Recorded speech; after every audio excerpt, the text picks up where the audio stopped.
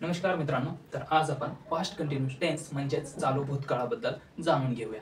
चालू भूतकाळाचा वापर आपण भूतकाळामध्ये कोणती क्रिया चालू आहे ते सांगण्यासाठी करतो। जसं की मी शाळेत चाललो होतो किंवा तो वाचत होता असे वाक्य बोलायचे असतील तर पास्ट कंटिन्यूअस टेन्सचा वापर होतो। मग आज आपण पास्ट कंटिन्यूअस टेन्स बद्दल जाणून घेऊया, ठीक आहे। तर याच्यामध्ये आपल्याला जर भूतकाळाबद्दलची क्रिया सांगायची असेल तर याच्यात 4-5 प्रकारचे वाक्य येतात। जसं की पहिलं पॉझिटिव्ह, जसं की मी शाळेत चाललो होतो। दुसरं निगेटिव्ह, मी शाळेत चाललो नव्हतो किंवा मी रडत नव्हतो। आणि तिसरा येतो तो म्हणजे क्वेश्चन विचारायचा असेल तर तू शाळेत चालला होता का किंवा तू रडत होता का असं विचारण्यासाठी। आणि चौथा प्रकार येतो तो म्हणजेच क्वेश्चन टाईप, कोणता WH क्वेश्चन, जसं की तू कुठे चालला होता, ठीक आहे। तर आपण त्याच्याबद्दल आज पूर्णपणे जाणून घेऊया। तर सुरुवात करू। सर्वात महत्त्वाचं राहतं ते म्हणजे सब्जेक्ट। सर्वात महत्त्वाचं काय? सब्जेक्ट।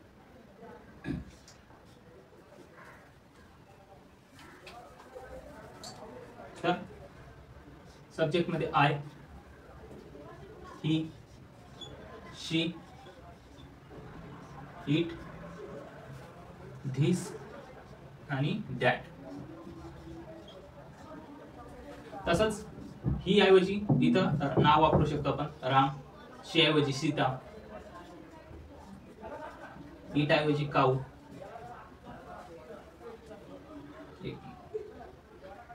इट ऐवजी काऊ, ठीक आहे।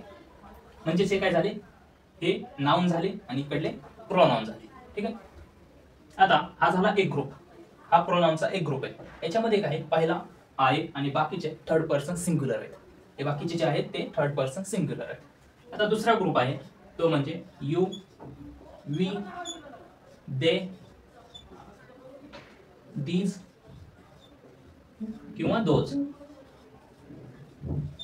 आणि देच्या जागी मग राम अँड मोहन असं पण येऊ शकतं। राम अँड मोहन म्हणजे एक पेक्षा जास्त असं पाहिजे, ठीक आहे। हा ग्रुप आहे तो अनेक वचनचा आहे। हा ग्रुप अनेक वचनचा आणि हा एक वचन, याच्यामध्ये एक वचन येतात, याच्यामध्ये अनेक वचन येतात। अपवाद काय आहे तर इथं यू हे एक वचन आणि अनेक वचन दोन्ही पण असू शकते। याच्यात जे यू आहे ते एक वचन आणि अनेक वचन दोन्ही पण असू शकते, पण रूल एकच लागतो। मग यांच्यासाठी वेगळा रूल लागतो आणि यांच्यासाठी वेगळा रूल, असे दोन वेगवेगळे शब्द वापरले जातात मग वेगवेगळ्या ग्रुपसाठी। जसं की याच्यासाठी वापरायचं असेल पॉझिटिव्ह वाक्य तर काय वापरणार, वॉज। या ग्रुपमध्ये काय वॉज वापरलं जातं। मग पॉझिटिव्ह वाक्य काय बनणार, आय वॉज आणि वर्बचा ING, पुढे काय वर्ब ING, काय झालं वर्ब ING वापरला गेला, ठीक आहे। काय झालं, आय वॉज गोईंग, वाक्य काय तयार होईल, आय वॉज गोईंग, मी चाललो होतो। आय वॉज गोईंग, मी चाललो होतो। आय वॉज वॉचिंग, मी पाहत होतो, ठीक आहे। आय वॉज रायटिंग, मी लिहित होतो। मग इथं वर्ब ING च्या जागा शब्द बदलला की वाक्य बदलतं। टीव्ही पाहत असेल तर मग काय म्हणायचं, आय वॉज वॉचिंग, मी पाहत होतो। राम वॉज वॉचिंग, राम पाहत होता। ही वॉज वॉचिंग, तो पाहत होता, ठीक आहे।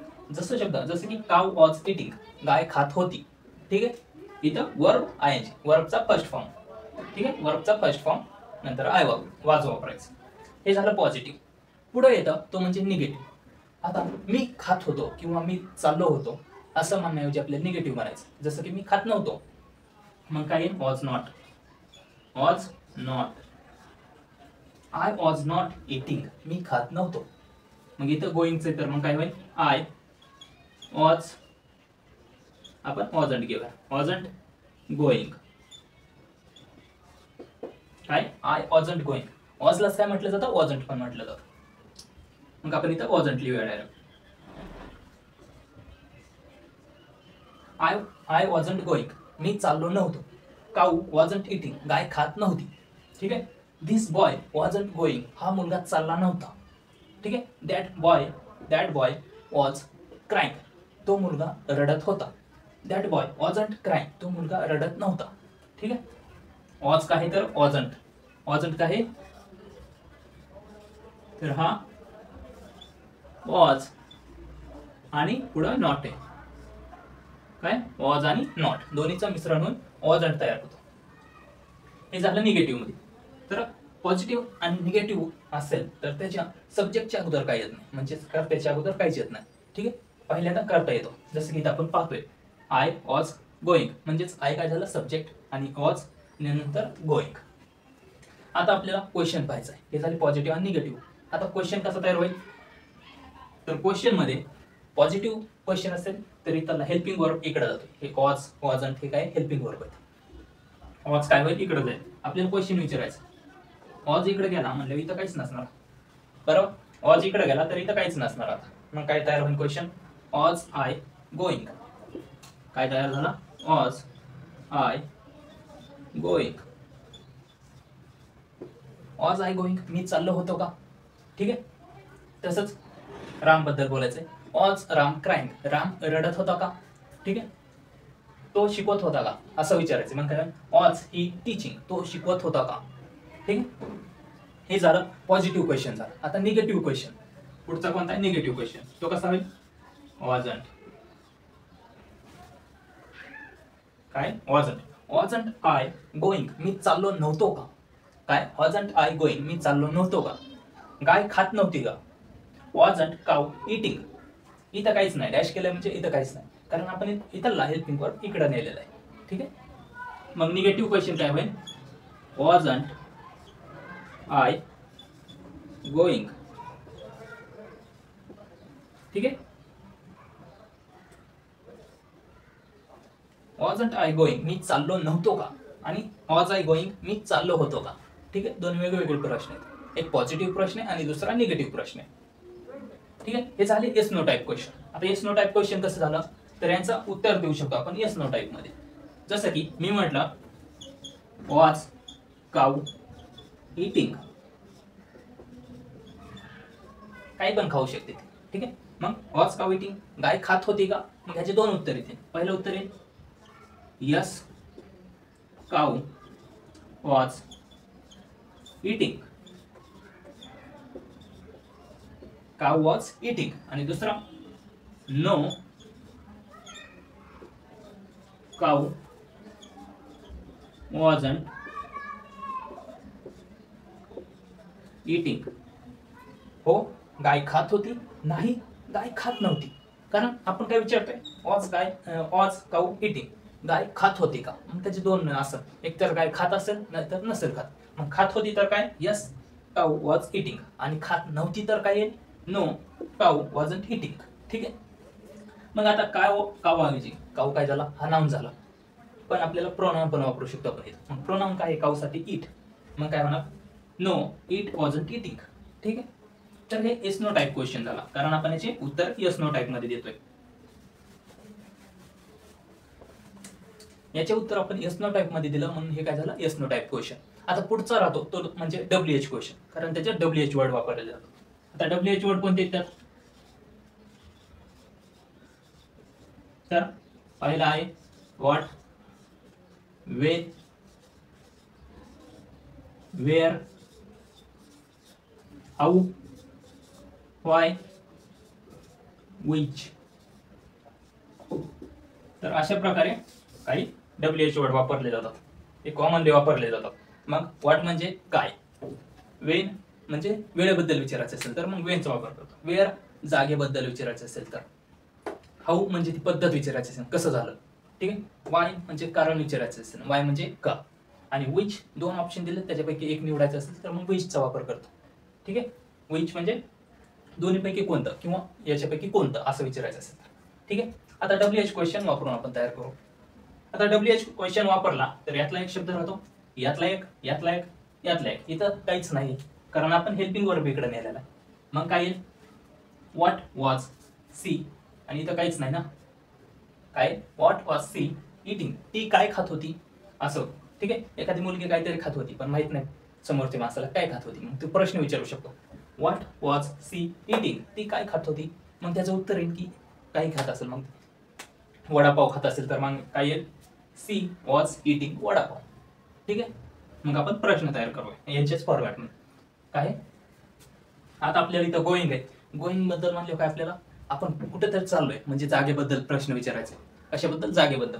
मग जागेबद्दल आपल्याला स्थळाबद्दल विचारायचं असेल तर मग आपल्याला वेअर वापरावं लागेल. मग काय होईल, where I was sorry where was I going.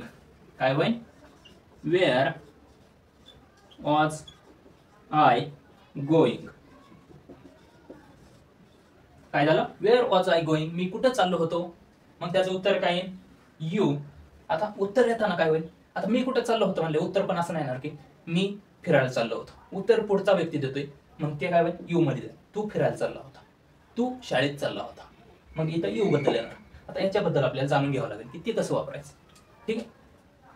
आता इथं आपण आय बद्दल पाहिलं, आयचा प्रश्न झाला आणि त्याचं उत्तर कशात? खालच्यात आहे. तर ते उत्तर कसं येते आपण ते बघूया आणि नंतर फॉर्मॅट पण बघू. तर उत्तर येईल you were going to school. तू शाळेत चालला होता. आता हे झालं वेअर वापरलं. मग मी वापरलं वेन वॉज आय गोइंग, मी केव्हा चाललो होतो. मग काय वापरले आपण? वेन वापरले, म्हणजे वेळेबद्दल सांगावं लागेल. आता मग वेळेबद्दल कसं आहे? You were going at 10 o'clock. तू 10 वाजता चालला होता. ठीक आहे. तर अशा प्रकारे WH वर्डचा वापर केला जातो. तर आपण आता दुसऱ्या ग्रुप बद्दल जाणून घेऊया. आता इथं ज्याप्रमाणे वॉजचा वापर केला तसा इथं वरचा वापर केला जातो. कशाचा? वर. आणि इथं पण ते सेमच, वर फर्स्ट फॉर्म ING वापरला जातो. वर फर्स्ट फॉर्मचा ING इथं आहे तसंच. आता पॉझिटिव्ह वाक्य काय तयार होईल?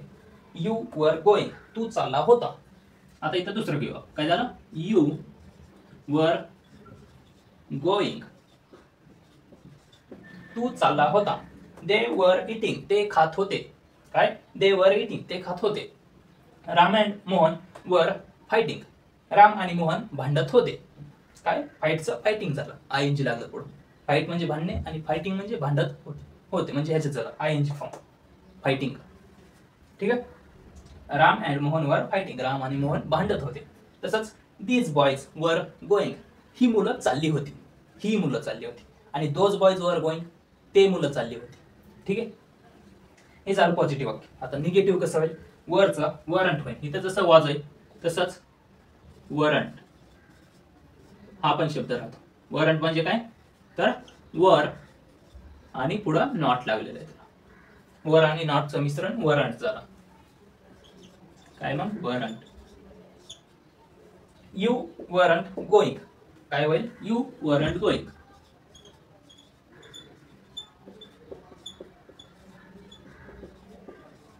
यू वरंट गोइंग, तू चालला नव्हता. काय? यू वरंट गोइंग, तू चालला नव्हता. दे वरंट इटिंग, ते खात नव्हते. Ram and Mohan weren't fighting, Ram आणि मोहन भांडत नव्हते. आता आपण इथं एक गाय बद्दल बोललो, तर आपल्याला अनेक गायी, बरेचसे गायी, मग त्यांच्याबद्दल बोलायचं म्हणजे काय? दे वापरावं लागतं. काय काय वापरायचं आहे? दे. कारण दे हे अनेक वचन आहे, मग ते कोणासाठी पण वापरलं जाऊ शकतं. ही साठी, शी साठी, इट साठी. आता राम एकटाच आहे म्हणून आपण ही वापर, पण राम आणि मोहन असतील तर मग आपल्याला दे वापरावं लागेल. तसंच इथं सीता एकटीच आहे, सीता एकटीच आहे म्हणून आपण काय वापरलं? इथं शी वापरलं. पण अनेक असतील तर मग आपल्याला दे वापरावं लागेल. म्हणजे सीता आणि गीता दोघी जण इथं, मग आपल्याला दे वापरावं लागेल. ठीक आहे. तसंच इट म्हणजे गाय एकटी म्हणून आपण इट वापरला, पण काऊच असतील म्हणजे एकपेक्षा जास्त गाय आहेत, मग तेव्हा आपल्याला दे वापरावं लागेल. मग आपण दे वापरूया. दे म्हणजेच काऊ बद्दल बोलतो. ठीक आहे. काऊच बद्दल बोलतो. काऊच वर इटिंग, गाय खात होत्या. ठीक आहे.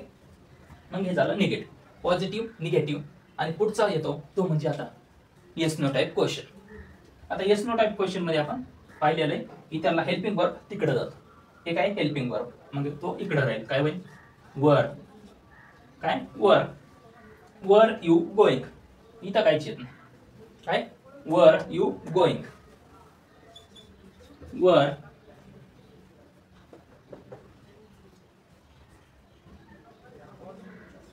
You going. काय प्रश्न आहे? वर यू गोइंग, तू चालला होता का? मग त्याचं उत्तर काय? Yes I was going.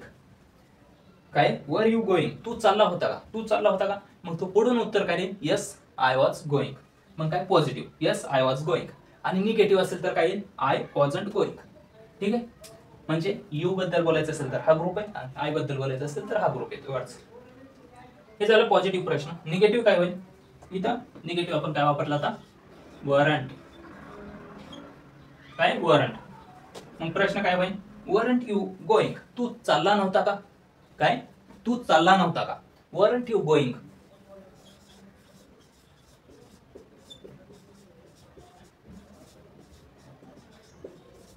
ठीक आहे, वरंट यू गोईंग, तू चालला नव्हता का. हे झाला येस नो टाईप क्वेश्चन. मग त्याचे पण दोन उत्तर येतील, हो किंवा नाही म्हणून. आता येस नो टाईप क्वेश्चन झाले. पुढचे आता डब्ल्यूएच क्वेश्चन आहेत. पुढचे कोणते डब्ल्यूएच क्वेश्चन, तर आपण हेच खाली घेऊया. आता हे डब्ल्यूएच क्वेश्चन बनवायचं म्हणलं यांच्यापैकी कोणतरी येईल आणि बाकीचा आहे तोच पुढं. मग आपल्याला काय गोईंग बद्दल बोलतोय आपण, वेळ घेतलं वर मध्ये वेळ घेतलं. आता आपण आपल्याला वेळेबद्दल विचारायचं. मग वेळेबद्दल शब्द कोणता, वेन. मग वेन वर यू गोईंग, काय when were you going. When were you going, तू केव्हा चालला होता. मग त्याचं उत्तर काय, आपल्याला वेन विचारलं म्हणजे टायमामध्ये उत्तर द्यायचं. मग टायमात उत्तर कसं देणार, मग ये वापरावं लागेल. I was going at 10 o'clock असं म्हणावं लागेल. त्याचं उत्तर काय होईल, I was going at 10 o'clock. I was going at 10 o'clock. ठीक आहे, किंवा 10 AM PM असं म्हणू शकतो आपण.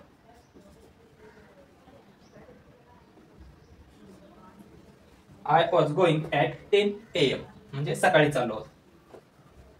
10 AM म्हणजे सकाळचे 10. ठीक आहे, तर हे झालं उत्तर. आता अशा प्रकारे 5 वेगवेगळे वाक्य बनतात. वरच्या ग्रुपमध्ये पण 5 बनले आणि खालच्यात पण 5 बनले. एक पॉझिटिव्ह, दुसरा निगेटिव्ह, तिसरा question WH question, sorry yes no type question, चौथा negative yes no type question आणि पाचवा तो बनतो डब्ल्यूएच क्वेश्चन. ठीक आहे, तर हा त्याचा एक फॉर्मॅट आहे की हे जे डॅश केले तिथं काहीच नाही. आणि अशा प्रकारे पॉझिटिव्ह असेल तर सब्जेक्ट वॉज आणि वर्ब आयएनजी, निगेटिव्ह असेल तर सब्जेक्ट वॉजंट वर्ब आयएनजी, क्वेश्चन असेल तर वॉज किंवा वॉजंट सब्जेक्ट आणि वर्ब आयएनजी. ठीक आहे, तर तशाच प्रकारे खाली पण. तर याचा अशा प्रकारे आपण सराव करू शकतो, लक्षात ठेवू शकतो की कसं वापरायचं. मग आपण आता त्याचे कॉमन फॉर्म्युला बनवूया आणि बघूया काय आहे ते.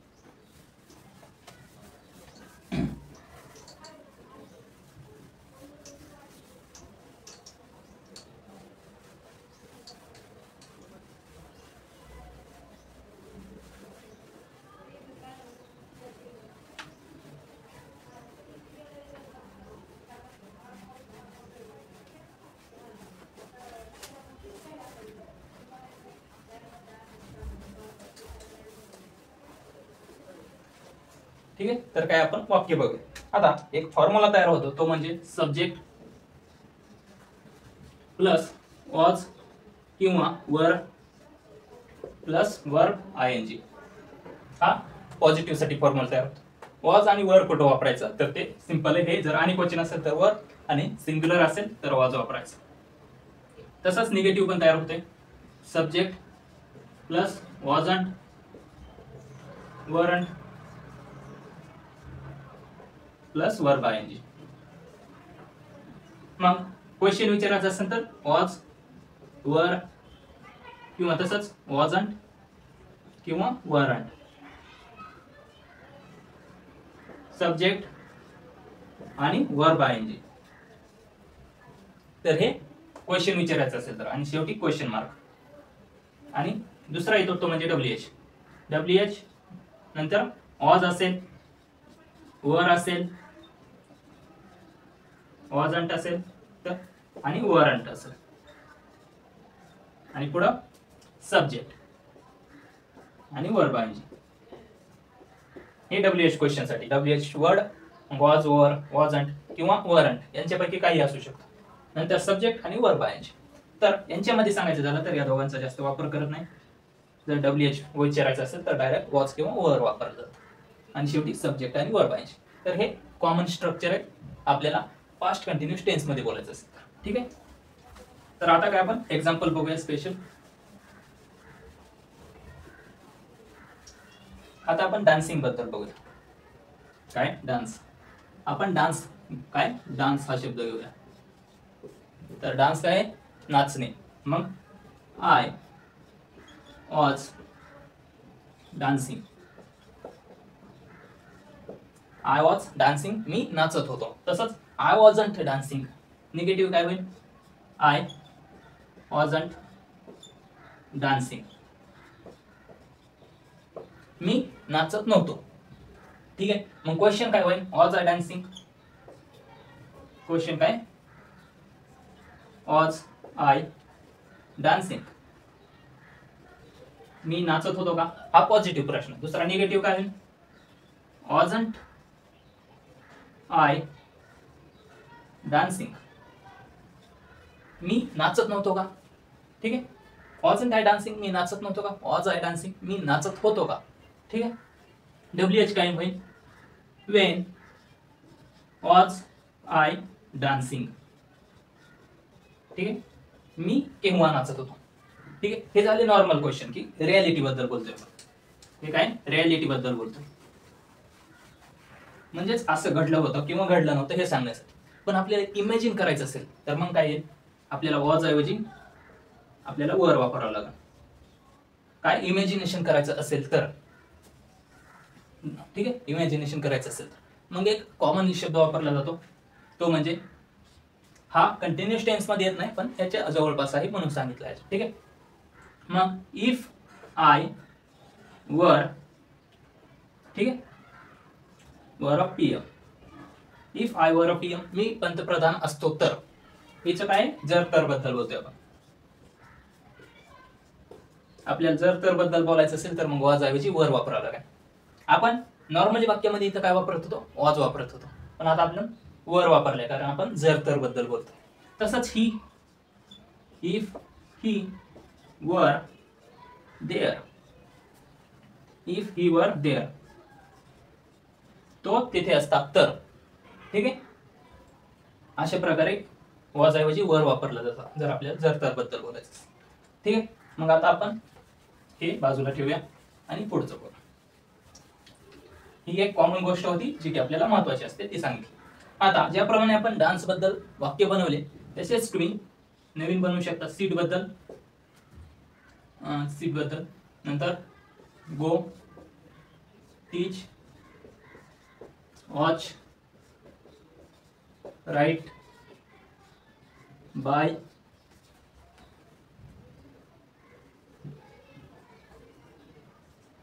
सेल,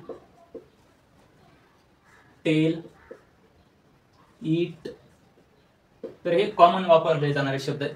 सीट म्हणजे बसणे, गो म्हणजे जाणे, टीच म्हणजे शिकवणे, वॉच म्हणजे पाहणे, राईट म्हणजे लिहिणे, बाय म्हणजे खरेदी करणे, सेल म्हणजे विकणे, टेल म्हणजे सांगणे आणि ईट म्हणजे खाणे. तर हे कॉमन वापरले जाणारे काही शब्द आहेत जे आपल्याला इंग्लिशमध्ये माहीत असायला पाहिजे. आणि यांच्या हातात तुम्ही पॉझिटिव्ह, निगेटिव्ह, नंतर सब्जेक्ट बदलून आय ऐवजी यू वापरून, ही, सी असे वेगवेगळे सब्जेक्ट वापरून वेगवेगळी वाक्य तयार करू शकता आणि सराव करू शकता. जे आसपास दिसतंय त्याला बघून. ठीक आहे, तर आपण आज इथंच थांबूया आणि परत भेटूया नवीन व्हिडिओज. धन्यवाद.